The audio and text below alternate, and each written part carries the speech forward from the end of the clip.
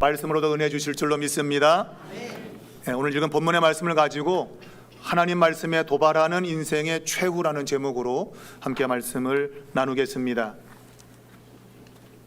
이문열 씨가 쓴 추락하는 것은 날개가 있다라는 그 소설의 모티브가 되고 있는 것은 그리스 신화에 나오는 그 이카루스의 그 추락이라고 하는 것에서 찾은 것입니다. 그리스의 신화에 보게 되면 이카루스의 아버지가 다이달로스라는 사람인데, 이 사람은 손재주가 아주 탁월했습니다. 그때 그 왕이 미노스 왕이었는데, 미노스 왕이 한번 들어가면 나오지 못하는 미궁을 만들어 달라고 했습니다. 그 이유는 자기 부인이 바람나서 낳은 그 자식을 그 미궁에 가두기 위함입니다. 그 미궁이 완성되자 그 비밀을 감추기 위해서 이 다이달로스와 그의 아들 아카로스를 똑같이 미궁에 가둬버렸습니다. 그런데 이 미궁에 갇힌 이 다이달로스가 말한 대로 손재주가 워낙 탁월했기 때문에 그 창문으로 들어오는 조그만한 깃털들을 모아가지고 밀랍으로 붙여가지고 날개를 만들어요. 그리고 그 미궁을 날아서 빠져나가게 됩니다. 근데 함께 날아가던 이 아카로스가 자기 아버지가 너무 느리게 오니까 짜증나가지고 하늘 높이 올라가게 됩니다. 아버지가 너 하늘로 날아갈 때 높이 올라가면 안 된다. 왜냐하면 밀랍으로 이것을 만들기 때문에 태양 가까이 가면 녹아버려서 큰일 난다. 근데 그 아버지의 충고를 무시하고 빨리 간다고 하늘로 휙 올라갔어요. 그러다 밀랍이 녹아서 추락을 하게 되죠. 이게 이제 이카로스의 추락이라고 하는 것인데, 그 의미는 경계를 넘는 것의 위험성을 가리키고 있죠. 이중적 의미를 가리키고 있는데, 하나는 경계 안에 있을 때 안전하다, 또 하나는 그럼에도 불구하고 경계를 넘어서려고 하는 끊임없는 노력이 이 인류의 역사를 이끌어왔다, 그런 두 가지 의미를 담고 있어요. 제가 이야기를 하고 있는 이유는 오늘 이 이야기가 그리스 신화잖아요. 그리스 신화라고 하는 것은 하나의 만들어낸 이야기입니다. 사람들에게 교훈을 주기 위해서 신들을 등장시켜서 만들어낸 이야기입니다. 그 이야기를 보면 진짜 황당무계한 그런 내용들이 많이 있죠. 사람들은 그 신화와 빗대어서 성경의 내용도 신화와 같다, 이해할 수 없는 그러한 일들을 보면 이것은 만들어낸 이야기지 실제로 존재하는 이야기가 아니다라고 주장한다는 것입니다.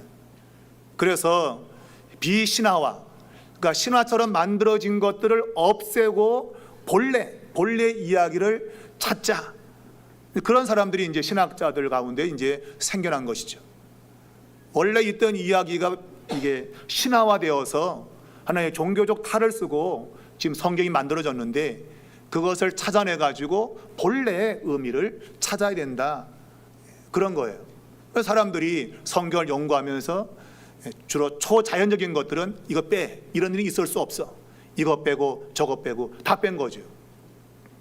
심지어 동정녀 탄생도 있을 수 없다, 어떻게 그런 일이 가능한가, 빼버리죠. 여러분, 그거 빼고 예수 믿는 목사가 있어요. 동정녀 탄생을 믿지 않으면서 목사하는 사람이 있어요. 웃긴 거죠, 여러분. 그 사람은 뭘 갖고 구원받을 겁니까?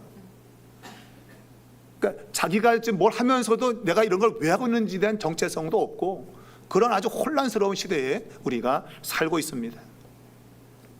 성경을 보면 정말 이해할 수 없는 그러한 하나님의 행동을 접할 때가 있어요. 하나님이 가나안 땅을 이스라엘 백성들에게 줄 때 그 가나안 땅에 있는 생명이 있는 것은 다 싹 죽이라 하잖아, 그죠? 하나님 그렇게 무자비한 분이냐? 그런 하나님 못 믿겠다. 야, 그렇게 무자비하고 무서운 하나님을 어떻게 믿냐? 그러니까 실제로 원래 그런 일이 없었는데 겁주려고 그런 방식으로 성경을 썼다, 그러는 거예요. 그리고 여러 가지 성경에서 정말 이해할 수 없는 그러한 일들에 대해서도 똑같은 방식으로 생각하는 거죠. 하나의 종교화하기 위해서 만들어낸 것들이다. 라고 주장하는 겁니다. 그런 것들이 점점점 우리 주변에서 소리를 내고 있는 현실입니다. 여러분, 지금은 영적으로 매우 위험한 시기에 있습니다. 성경을 하나님 말씀으로 보지 않고 인간의 작품으로 보고 그것을 자꾸 사람들에게 이야기하려고 하는 그런 것들이 굉장히 많아지고 있는 현실이에요. 오늘 읽은 이 본문에 보면 50부장과 50명의 군사가 하늘로부터 내려온 불에 의해서 타 죽는 이야기가 2번 반복되어 있죠. 전체 102명이 불에 타 죽었어요. 하나님이 왕의 명령을 따라서 행동하는 사람들, 그들을 불태워 죽인 거예요. 아니, 하나님이 무슨 근거로 이 사람들을 불태워 죽이는가? 이들이 죄가 있는가? 죄가 없죠, 그죠? 왕이 명령하면 부하들은 그냥 따라야 되는 거예요. 만약 그걸 거절하면 죽는 거죠, 자기가. 그러므로 왕이 명령하면 따라야 되는데 그거 따랐다가 불에 타 죽은 거예요. 102명이 그렇게 불에 타 죽었습니다. 이것은 구약 성경만이 아니고 신약 성경 사도행전도 보면 베드로를 감옥에 가두었는데 그 베드로를 천사가 구출해냅니다. 근데 베드로를 지키던 16명의 군인들이 베드로가 구출되는 걸 못 막았다. 그래서 헤롯 왕이 죽이죠. 여러분, 이해됩니까? 한 사람을 살리기 위해서 16명을 하나님이 죽이신 거예요. 베드로 한 명 죽었으면 16명은 안 죽어도 되는데 한 명 살리려고 16명을 죽인 거예요. 그런 걸 보면 성경의 하나님이 도무지 이해가 되지 않아요. 이런 하나님을 어떻게 우리가 믿을 수 있겠는가라는 생각이 들 수밖에 없어요. 그게 성경의 이야기지만 여러분도 저도 마찬가지예요. 살면서 어떤 문제를 만나면 이런 문제, 나 특별하게 잘못한 것도 없는 것 같은데 왜 내게 이런 일이 생겨야 되지? 아니, 하나님 도대체 이런 일은 왜 생기는 거예요? 라고 따져 묻고 싶은 마음이 솔직히 있잖아요, 여러분. 겉으로는 나 믿음이 있어서 받아들여야지만 속으로는 따지고 싶잖아요. 왜 내게 하필 이런 일이? 따지고 싶단 말이에요. 그게 여러분과 저가 지금 성경을 보면서도 똑같이 느끼는 것들이에요. 만일 이걸 보면서 한 번도 의문점이 없으면 그 사람은 맹목적으로 믿는 겁니다. 아무 생각 없이 그냥 믿는 거예요. 여러분, 그런 신앙은 위험한 신앙이에요. 왜 성경이 이렇게밖에 기록될 수 없고 왜 하나님은 이렇게 행하셨는가에 대한 분명한 이유를 알고 믿어야 돼요. 그래야 그런 신앙이 건강한 신앙이 될 수 있는 겁니다. 자, 오늘 성경 본문에는 아합 왕의 아들인 아하시야 왕이 2년 동안 통치하는 가운데 벌어진 이야기를 소개하고 있는데, 그는 한마디로 말하면 아합 자기 아버지의 길을 그대로 따라간 사람이었어요. 아합 왕은 북이스라엘 왕 가운데 가장 악한 왕이었고 바알을 섬겼다는 걸로 규정되고 있습니다. 모든 선지서를 살펴보아도 바알을 섬겼다고 규정된 그런 글귀가 별로 없어요. 그런데 이 아합의 가문에만 유독 바알을 섬겼다는 이 문구가 붙어 있습니다. 훗날 예후라는 사람에 의해서 이 아합이 포함되어 있는 오므리 왕조가 결국은 이제 멸절을 당하죠. 그러니까 이 오므리 왕조가 멸절을 당하는 근본 이유는 바알을 섬긴 것이에요. 곧 우상 숭배입니다. 그것이 그들의 멸망의 원인이었던 거예요. 자, 이 아하시야 왕은 그의 아버지가 섬겼던 바알을 그대로 섬겼고, 그리고 악하게 통치했습니다. 그래서 그는 2년밖에 나라를 다스리지 못했어요.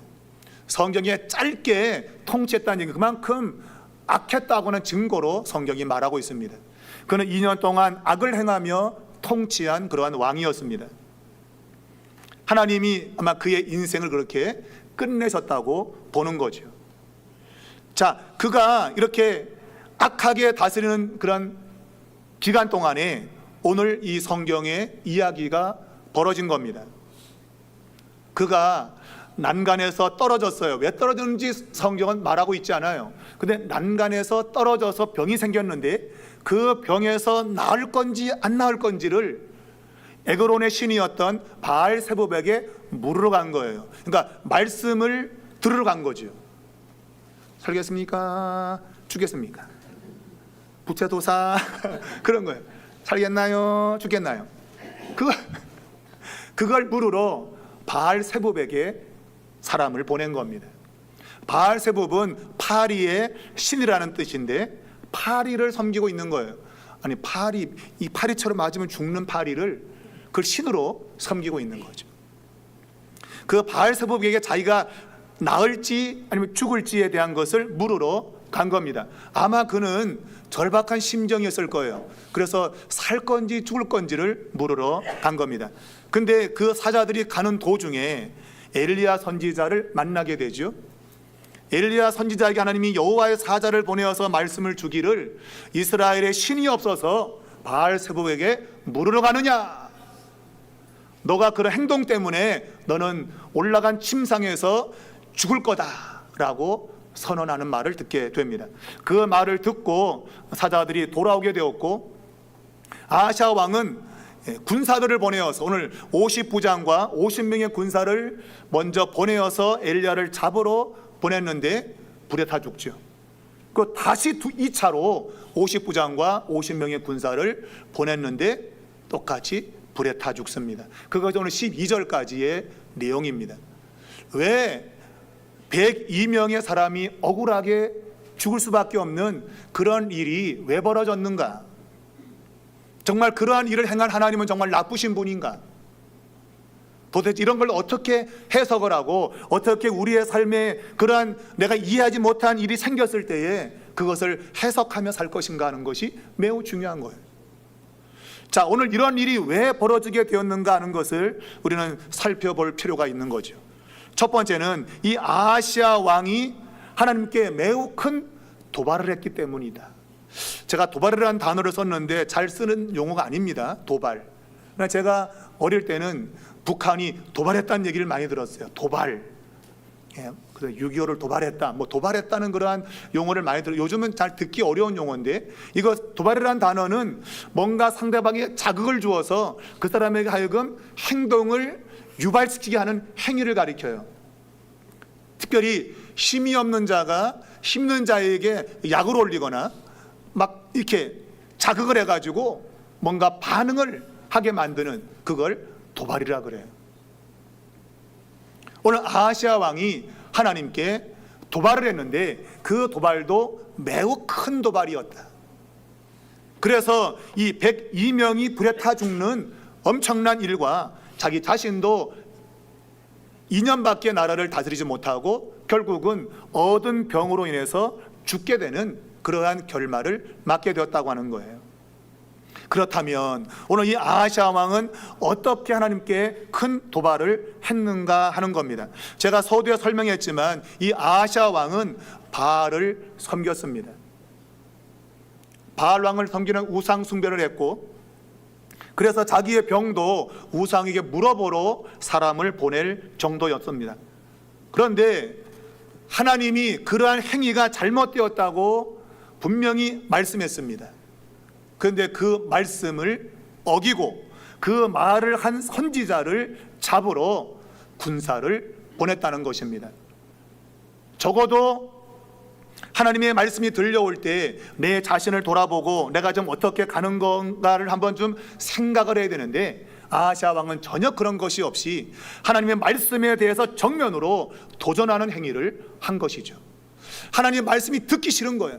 그래서 그 말을 한 자를 잡아서 죽이려고 군사를 보낸 겁니다. 외형적으로는 선지자를 죽이는 것이지만 근본적으로는 하나님을 대항하는 것이죠.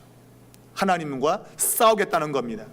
그것도 51명이 불에 타 죽고 나서 포기하지 않고 두 번째로 51명을 또 보내어서 하나님께 도전하는 행위를 했던 것이죠.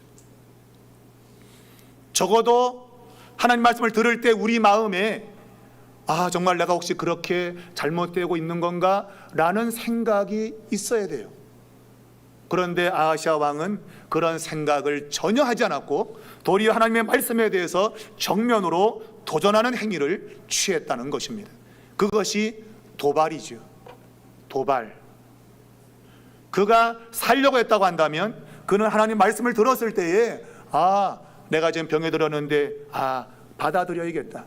하나님이 죽는다고 했으니 죽겠구나 라고 받아들였다면 아마 하나님이 그를 살려줬을지 모를 거예요. 그런데 하나님 말씀에 정면으로 대적을 하고 하나님 말씀을 없애면 내가 죽지 않을 거라고 생각을 했던 겁니다. 여러분, 하나님 말씀을 제거한다고, 하나님 말씀을 없앤다고 하나님의 역사가 사라지는 것이 아닙니다. 내가 그 말씀을 잊어버린다고 내게 하나님 역사가 없는 게 아니에요. 그런데 오늘 이 아하시아 왕은 하나님 말씀을 정면으로 도전하면서 하나님 말씀을 제거하려고 시도한 것입니다. 그것이 도발인 것입니다. 우리가 이 열왕기하를 펴면 1절 말씀에 아합이 죽은 후에 모압이 이스라엘을 배반했다는 단어가 문장이 등장합니다. 열왕기하를 기록하고 있는 저자가 왜 아하시아의 이야기를 쓰면서 1절에 아합이 죽은 이야기와 모압이 배반한 이야기를 왜 쓰고 있는가? 그건 성경이 우리에게 일러주는 방식인 거예요. 성경을 자세히 읽어보면 누가 죽었거나 아니면 뭔가 이렇게 막 반항하는 세력이 일어나면 하나님 뭔가 새로운 시대를 연다고 하는 사인이에요. 곧 아합 왕이 하나님을 떠나서 우상을 섬겼던 그 배교의 시대를 하나님 이제 종지부를 찍고 새로운 시대를 열기 위해서 모압으로 하여금 배반케 한 거예요. 모압이 반역을 일으킨 겁니다. 모압의 반역은 이제 새로운 시대, 이제 우상을 깨뜨리고 하나님만을 섬기는 새로운 시대를 하나님이 준비하겠다고 보여준 사인이에요. 그걸 1절이 이야기하면서 아하시아 왕이 아합의 길을 버리고 변화된 삶을 살았다면 하나님의 역사가 있었다고 하는 것을 우리에게 보여주는 겁니다. 그런데 그는 그 아버지 아합의 길을 그대로 따라갔다. 변화하지 않았어요. 그는 2년 동안 통치하면서 아버지의 길을 그대로 따라갔습니다. 변화하지 않았습니다. 하나님은 그에게 변화할 것을 요구하며 모압으로 하여금 배반하게 만들었습니다. 그런데 그는 변화하지 않은 겁니다. 그러므로 이미 1절을 통해서 아하시아의 운명이 어슴푸레 보이는 겁니다. 우리 인생 가운데 내가 상상하지 못한, 예상하지 못한 일이 벌어질 때가 있습니다. 때로는 물질의 문제로, 때로는 건강의 문제로, 때로는 환경의 문제가 불쑥불쑥 나타나곤 합니다. 하나님이 그런 문제가 우리의 삶 속에 나타나게 되는 것은 단지 내가 재수가 없어서 이게 뭐 이런 일이 왜 생겨? 아무 의미 없이 생기는 것이 아니라 성경을 보면 내가 예상하지 못한 일들이 갑자기 나를 대항할 때 그것은 하나님이 내 인생 가운데 뭔가 변화를 요구하고 있다고 하는 거예요. 마치 하나님이 아합의 시대를 끝내고 이제 아하시아에게 새로운 시대를 열어가도록 하나님이 아합의 죽음과 더불어서 모압의 이 반역을 소개하고 있는 거예요. 그런데 아하시아나 우리나 거의 비슷해요. 인생의 문제를 만나면 대부분 느끼는 것이 재수없어, 재수없다고 생각하고, 그리고 한편으로는 왜 내가 이런 겪어야 돼? 라고 원망과 불평을 하지, 하나님 내가 지금까지 살아온 날들 뭔가 내 삶을 바꾸길 원하시는 것이 있으시군요. 그게 뭘까요? 라고 성경을 펴고 말씀을 보며 기도해야 돼요. 그래서 내가 잘못된 것을 알아내고 그걸 바꾸면 사는 거예요. 근데 많은 사람들이 아하시아 왕처럼 바꾸질 않아요. 변화하지 않아요. 그냥 있는 그대로, 사는 모습 그대로 그냥 살아요. 그리고 우리 하는 말이 어쩔 수 없었어, 어쩔 수 없었어. 여러분, 세상에 어쩔 수 없는 건 없습니다. 내가 바꾸면 되는 거예요. 그래서 우리 노래에도 마음 먹게 달렸다. 내가 마음을 어떻게 가지느냐에 따라 달라지는 거예요. 근데 우리는 그 마음을 안 바꾸려고 그래요. 그리고 맨날 그 상황만 보면서 재수가 없다, 왜 나만 그래, 원망과 불평을. 하는 것이 아하시아나 우리들의 모습인 거예요. 여러분 말씀드립니다. 여러분 인생 가운데 살면서 뭔가 나를 막 대항하는 일들이 생긴다고 할 때 여러분 자신을 돌아보셔야 돼요. 하나님이 내 삶을 뭔가 바꾸기를 원하시는구나. 그것이 성경을 통해서 우리가 깨닫는 부분이 되어야 돼요. 그리고 내가 그걸 바꾼다면 나를 대항하는 그것 때문에 내가 죽지 않아요. 도리어 나는 살게 됩니다. 오늘 이 모압이 배반했다고 하는데 1장에 이렇게 얘기했지만 아하시아 왕이 바꾸지 않았어요. 그랬더니 3장에 가서 이스라엘과 모압이 전쟁을 하게 됩니다. 여러분 이것은 결코 우연이 아니에요. 나를 대항했던 세력이 커져서 이제 나를 공격해 옵니다. 그러나 내가 내 인생을 좀 바꿨다면 그런 일은 일어나지 않을 거예요. 왜? 모든 것이 하나님의 다스림과 통치 가운데 있기 때문입니다. 여러분과 저에게 아직까지 바꿀 것이 있습니다. 아직까지 변화되지 못한 것들이 있습니다. 그런 것들을 우리의 인생에 살면서 나를 대항하는 어떤 것들로 내게 다가오는 거예요. 바꿔! 야, 너 그거 바꿔! 그거 바꿔야 돼, 그거. 그게 무언지는 제가 알 수 없어요. 여러분 각자가 말씀을 중심해서 기도하면 알게 하실 거예요. 성령이 역사합니다. 알게 하신단 말이에요. 그리고 바꾸면 하나님의 은혜를 입게 되는 것입니다. 자, 오늘 이 아하시아가 왜 큰 도발을 하고 있는가 몇 가지를 볼 수 있는데, 오늘 이 말씀에 보게 되면 50부장과 50명의 군사를 보내어서 산꼭대기에 앉아있는 엘리야에게 가게 합니다. 여기 보니까 이 50부장이 이 엘리야를 향해서 이렇게 말합니다. 하나님의 사람이여 라고 했어요. 근데 하나님의 사람이여라고 우리 글자로는 이렇게 돼 있지만 히브리 글자에는 이 하나님이라는 단어 앞에 정관사가 붙어 있어요. 하라고 하는 정관사가 붙어 있어요. 말하자면 그 하나님이란 뜻이에요. 그러니까 그 하나님의 사람아, 그런 얘기예요. 보통 하나님의 사람 그러면 매우 긍정적인 단어입니다.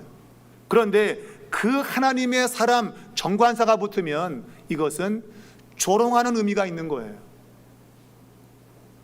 아, 그때 그 하나님의 사람이구만 너 엘리야, 그런 얘기예요. 무슨 얘기입니까? 갈멜산에서 자기 아버지와 싸웠던 그 아버지의 주변에 있었던 850명의 우상 숭배자들, 그들과 싸웠던 그 하나님, 바로 그 하나님을 가리키는 거예요.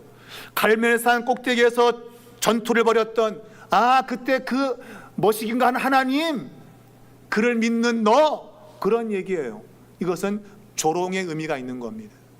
정말 하나님의 사람이여 라고 존경의 의미가 아니라, 아, 그 하나님의 사람, 조롱을 하고 있다 이거예요. 여러분, 하나님을 조롱하는 자가 살아남을 길은 없는 겁니다. 하나님을 조롱하고 여러분 살 수 있겠습니까? 살 수 없습니다.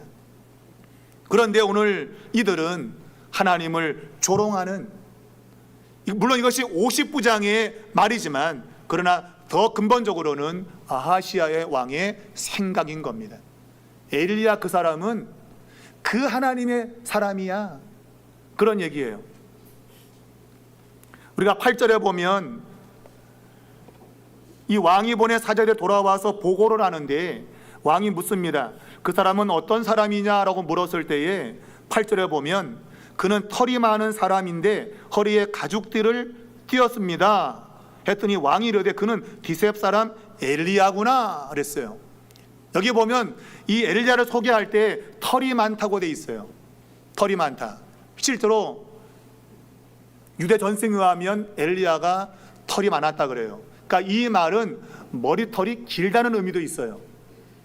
그러니까 유대 전승에 내려오는 것은 이 엘리야 선지자 머리가 길었다 그래요. 그러니까 머리가 긴 것은 하나의 조롱거리였어요. 그러니까 머리가 일반적인 머리여야 되는데 머리가 길다는 얘기는 하나의 조롱거리고, 또 우리가 그의 제자인 엘리사는 대머리였어요. 그러니까 머리가 길고 머리가 없는 건 하나의 조롱의 대상이었어요. 그래서 대머리야 올라가라 모르다 그냥 곰에 물려 죽은 애들 이야기 나오잖아요. 그러니까 머리가 긴 것도 조롱이고 머리가 없는 것도 조롱이에요. 그러니까 지금 이 아하시아 왕과 그의 모든 주변 사람들은 하나님을 조롱하고 있는 거예요. 아, 걔 머리 기네.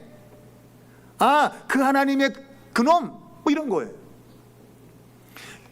하나님을 여러분 조롱하고 멸시하는 자들이 살아남을 길은 없습니다, 여러분.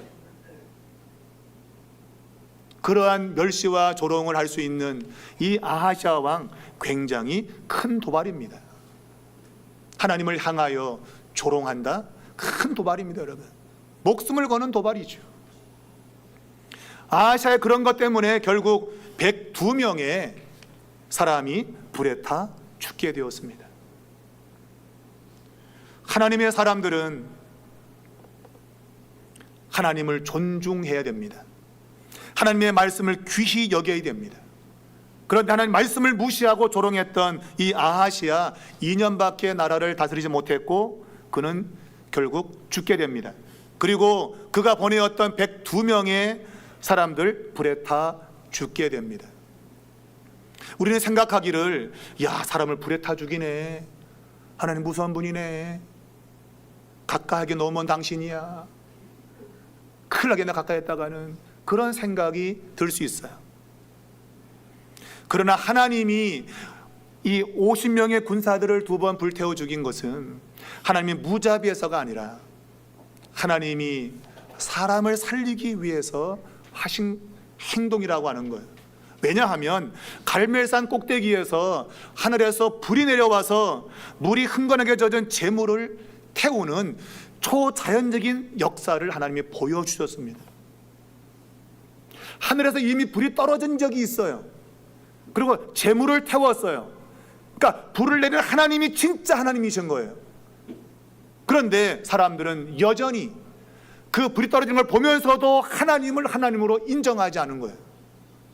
그리고 아하시아 왕은 자신의 병을 낫겠냐 안 낫겠냐 이걸 묻기 위해서 우상에게 사람을 보내는 행위를 한 것이죠. 여러분, 그 행위는 이스라엘 땅에 하나님이 없다고 인정하는 겁니다. 이스라엘 땅에 우리를 도울 자가 없다고 인정하는 겁니다. 더 나아가서 이방인들이 우상 숭배하는 것을 정당화시키는 겁니다. 그러니까 에그론 이 신이 여호와보다 낫다고 하는 공식적으로 인정한 것이죠. 이거야말로 하나님 편에 볼 때는 모욕적인 겁니다. 넌 나에게 모욕감을 주었어. 넌 나에게 모욕감을 주었어. 하나님이 여러분 질투하시는 하나님이라는 이름을 갖고 있잖아요. 하나님 그 이름 질투하시는 분이다. 이스라엘 하나님 외에 다른 것에 마음을 두는 것에 대해서 하나님이 질투하신 것이죠. 내가 버젓이 여기 있는데 다른 신에게 가서 너의 생존 여부를 묻는가? 하나님은 질투하신 겁니다. 여러분, 질투는 불 같은 거죠. 질투는 불 같은 거예요. 그 불이 오늘 사람들을 삼킨 것입니다. 재물을 태우는 그러한 초자연적인 불이 떨어져도 하나님이 참신인 것을 믿지 못하는 그들에게 하나님은 극약 처방을 내린 거죠. 재물을 태워서도 안 되면 사람을 태우겠다. 사람을 태우겠다. 정말 이렇게 사람을 태워서 죽인다면 저들이 깨닫고 하나님을 믿지 않겠는가? 그런 생각을 가진 것이죠. 그래서 하늘로부터 불이 떨어지게 했고 사람을 102명을 태워 죽인 겁니다. 하나님이 무자비해서가 아니라 하나님께 돌아오는 인생만이 살 텐데 하나님은 떠나 있는 인생은 불에 타지 않아도 그는 영원히 불타는 멸망으로 떨어지게 됩니다. 그러나 소수의 사람을 불을 태워서라도 나머지 사람들을 살릴 수만 있다면 하나님은 102명을 불태우는 거죠. 사람들은 이것을 깨닫지 못합니다. 제가 서두에 말한 대로 베드로 한 사람을 살리기 위해서 16명을 죽인 하나님 이상하다고 생각할 거예요. 그러나 여러분, 그들이 16명이 살아있어서 하나님을 떠나 산다고 한다면, 만약 베드로가 죽고 그들이 살아있다고 한다면 그들은 또 죽을 겁니다. 그럼 그들은 영원한 지옥에 떨어지는 것이죠. 그러나 만일 베드로가 살아서 복음을 전한다면 수많은 사람을 살릴 수 있는 겁니다. 오늘 이 102명의 불타 죽은 사람들을 하나님께서 어찌 보면 하나의 다른 많은 사람들을 살리기 위한 하나님의 사랑과 은혜에서 비롯된 것입니다. 하나님은 사람을 살리기를 원하십니다. 살기를 원하는데 인간은 그만큼 마음이 완악한 것입니다. 돌이키려고 하지 않는 것입니다. 여러분과 저에게도 그런 똥꼬집이 있단 말이에요. 안 그래요, 여러분? 까놓고 얘기하면 똥꼬집. 나의 기준을 세워놓고 이것만은 절대 안 돼. 뭘 안 되는 게 어디 있어요, 여러분? 그걸 무너뜨려야죠, 여러분. 근데 나의 똥꼬집을 세워놓고 끝까지 한번 해보자는 거죠. 그래서 102명이 죽은 거예요. 50명 죽고 나서 어이구 이거 큰일 났네, 안 보냈어야죠.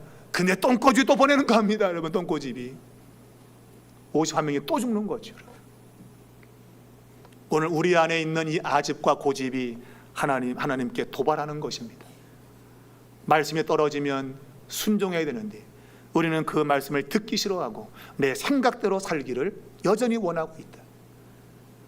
여러분, 그런 자에게 오는 최후는 불을 보듯 뻔한 것입니다. 여러분, 아시아의 최후는 바로 고집대로 살아가는 인생의 종말을 보여주고 있는 겁니다. 우리는 그러한 일에 떨어지면은 결코 안 되겠습니다. 하나님은 우리를 살리기를 원하신다. 이것을 본문 가운데 우리는 깊이 깨달아야 될 줄로 믿습니다. 오늘 이 아하시아 왕은 사람들을 보내어서 산꼭대기에 있는 엘리야를 내려오라고 말합니다. 왕의 말씀이 내려오라 그런다. 여기에 강력한 대조가 있습니다. 하나님은 엘리야에게 여호와의 사자를 보내어서 올라가서 내 말을 전해라 그랬어요. 올라가라.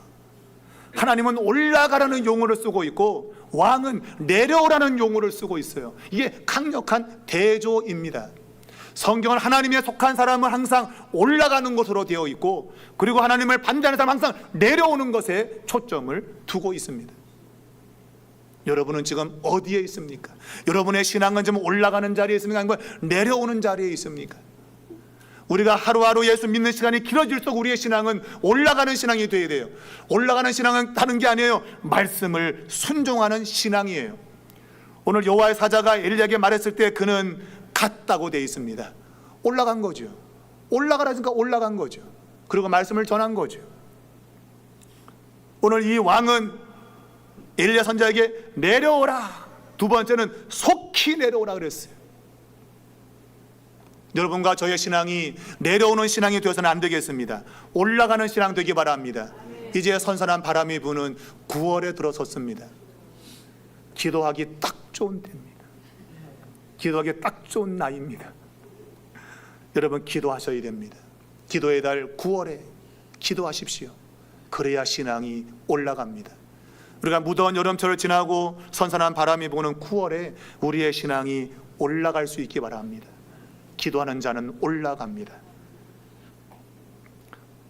하나님은 오늘 올라간다고 내려간다는 용어를 통해서 우리에게 뭔가 메시지를 주고 있는 겁니다. 더 아이러니한 것은 오늘 엘리야를 내려오라고 말한 이 아하시아 왕, 근데 그는 하나님 말씀에 의해서 네가 올라간 침상에서 넌 내려오지 못하고 죽을 거라 그랬어요. 다른 사람을 끌어내리려고 했던 그가 자기 몸 하나 침상에서 내려가지 못해요. 여러분, 뭘 끌어내릴 수 있어요? 여러분, 자기 몸 하나 침상으로 내려가지 못하는 인생인데 뭘 소리치면서 내려와, 뭘 끌어내려요? 여러분, 이게 아이러니인 거예요. 아이러니예요. 여러분, 내가 할 수 있을 것 같아요? 여러분, 천만의 말씀이에요. 여러분, 못합니다. 내 몸 하나 침상 아래로 내려보내지 못하는 것이 인생이에요. 여러분, 그러니 여러분, 하나님 의지할 수밖에 없어요. 여러분은 뭔가 끌어내려서 할 수 있을 것 같죠? 그죠? 안 됩니다. 여러분, 하나님 없으면 아무것도 안 되는 인생입니다. 이걸 본문을 통해서 우리는 깊이 깨달아야 될 줄로 믿습니다. 두 번째, 정말 중요한 것은, 그렇다면 오늘 이 본문이 정말 하늘에서 불이 떨어져 갖고 사람을 태우는 이러한 일이 벌어지는데, 그들은 어찌 보면 하나님의 원수고 대적자인데 그들에게 불을 내리는 것이 정말 우리 인생 가운데 필요한 것인가 하는 거예요. 여러분도 집에 원수들 많죠? 그죠? 원수들 많잖아요. 집구석에. 주여, 저 인간에게 불이 떨어지게 해주십시오. 우리는 그렇게 말하지 않지만 이런 말 하잖아요. 귀신 뭐하고 저거 안 잡아가나. 가끔 그런 말 쓰였어요. 아유, 귀신 뭐하고 저거 안 잡아가나. 그만큼 밉다 이거예요. 여러분, 엘리야는 오늘 이 102명의 사람에게 불이 떨어지라고 명했어요. 원수기 때문에 불이 떨어져서 태워버렸어요. 그럼 날마다 우리의 인생 가운데 나를 괴롭히는 사람에게 불이 떨어지라고 말해야 되는가? 성경은 그렇게 하면 안 된다고 우리에게 말하고 있죠. 오늘 이 사건이 일어난 곳은 북이스라엘입니다. 이것이 의미가 있는 이유는 우리가 누가복음에 보게 되면 예수님의 제자들이 사마리아 땅에 들어갔을 때에 사마리아 사람들이 예수님의 일행을 영접하지 않았습니다. 그럴 때 제자들이 예수님께 말했습니다. 주여, 엘리야 때처럼 저들에게 불을 명하여 딱 태워버리라고 할까요? 사마리아 동네, 북이스라엘 동네입니다. 그러니까 그때 그 일을 떠올리면서 저 원수들, 우리를 영접하지 않는 자들 불사질러 버릴까요? 주님께서 그때 그랬지? 불태워버리라 그래 라고 하면 얼마나 좋겠어요, 그죠? 속이 시원하겠죠, 그죠? 근데 예수님은 도리어 제자들을 꾸짖었다. 그러면 안 된다. 우리 마음에는 원수를 불태우고 싶고, 저 귀신 뭐 하는지, 저 인간은 안 잡아가냐고, 그런 마음을 가져요 우리는. 근데 성경은 원수를 위해서 축복하고, 원수가 목마르거든 먹이고, 그를 위해서 기도하며 축복하라 그래요. 결국 구약에서는 하늘로부터 재물을 태우고서 불이 떨어졌고, 그게 안 되니까 하나님께서는 사람을 불태우는 일까지 했어요. 그래도 인간은 변하지가 않더라. 인간은 변하지가 않아요. 하나님이 마지막에 도발하신 겁니다. 무슨 도발이에요? 아샤가 도발한 게 아니라 하나님이 도발하신 거예요. 무엇을? 야, 니네가 그렇게 해도 안 바뀌는구나. 마지막 도발로 내 아들을 죽이겠다. 내 아들을 십자가에 죽여서 이걸로 내가 너희를 변화시키겠다. 하나님이 그 방법을 쓰신 거예요. 여러분, 십자가 사건은 하나님의 도발입니다. 우리의 마음을 우리는 완악해서 바꾸지 않는데, 하나님께서 재물을 태워도 안 돼, 사람을 태워도 안 돼, 할 수 없이 하나님의 아들을 죽이시는 도발을 감행하신 거예요. 그 도발이 결국 인생을 변화시키는 거죠. 여러분과 저가 변화되는 것은 오직 예수님의 십자가밖에 없는 거예요. 십자가 앞에 서게 되면 우리 자신을 보게 되고, 하나님이 그의 아들을 죽이는 도발을 통해서 내 마음을 변화시키는 것을 깨닫게 돼요. 여러분, 사도 바울이 로마서 1장부터 11장까지 믿음으로 구원받는 이신 칭의를 아주 힘주어 말했습니다. 오직 의인은 믿음으로 산다고는 아주 힘주어 강조했습니다. 그리고 12장부터 그러면 그 믿음으로 구원받는 사람은 어떻게 살아야 되느냐에 대해서 이야기하면서 12장 끝자락에 악에게 지지 말고 선으로 악을 이기라고 되어 있습니다. 그게 십자가인 것입니다. 원수 갚는 내게 있으니 원수를 갚지 말고 도리어 원수가 줄일 때 먹이고 그를 위해서 축복하라. 그러면 그의 머리 위에 숯불을 놓을 것이다. 그 숯불이 바로 떨어진 불이죠, 여러분. 그 심판의 불인 겁니다. 그 불을 우리가 놓는 게 아니라 하나님이 놓으시는 거예요. 단지 우리는 원수를 위해서 축복하고 그를 위해서 먹이고 입히고 그를 위해서 기도하는 것이죠. 그것이 오늘 믿음을 가지고 있는 사람들의 행위여야 된다고 바울이 이야기를 하고 있는 거예요. 여러분과 저는 지금 십자가를 믿고 그 십자가를 따르고 있는 사람들입니다. 근데 우리는 여전히 그 구약에 있었던 것처럼 하늘에서 불이 떨어져서 저 인간 죽어야 된다고 그렇게 말할 때가 한두 번이 아니죠. 그렇게 우리가 마음을 먹고 사는 한 이 세상은 달라지지 않을 겁니다. 그러나 내가 십자가를 지고 주님처럼 그분 자기 십자가에서 죽으시는 그러한 길을 걸으면 하나님은 세상을 바꿀 거예요. 그게 하나님의 방식이었고 그것이 사는 길인 것입니다. 여러분과 저가 이것을 깊이 깨달으셔야 돼요. 십자가만이 사는 겁니다. 그것이 선으로 악을 이기는 겁니다. 여러분, 악에게 지지 말고 선으로 악을 이기십시오. 우리가 알듯이 하나님의 사람은 하나님의 도우심과 은혜 가운데 살게 됩니다. 오늘 이 엘리야는 하나님이 그를 지켜주는 것을 경험하게 됩니다. 성경은 수없이 하나님의 사람들을 지킨다고 약속하고 있습니다. 여러분이 십자가를 지는 것은 약해 보이지만 그러나 능력으로 하나님이 여러분을 지킬 것입니다. 그러나 여러분 힘을 의지하고 살면 여러분은 망할 것입니다. 그것이 성경의 가르침인 것이죠. 사랑하는 여러분, 하나님을 의지하십시오. 그 십자가를 붙드십시오. 그것이 여러분의 인생을 변화시킬 겁니다. 그것이 모든 사람이 살게 되는 길을 보게 될 것입니다. 이것이 복음이고 이것이 성경의 약속입니다. 우리 삼일교회가 이 복음을 붙들고 간다면 망할 수가 없죠, 여러분. 망할 수가 없죠. 하나님이 복음의 능력을 세상에 드러내시고 최후의 승리를 얻게 하실 것입니다. 여러분과 저 이러한 승리의 자리에 서 있기를 주의 이름으로 축원합니다.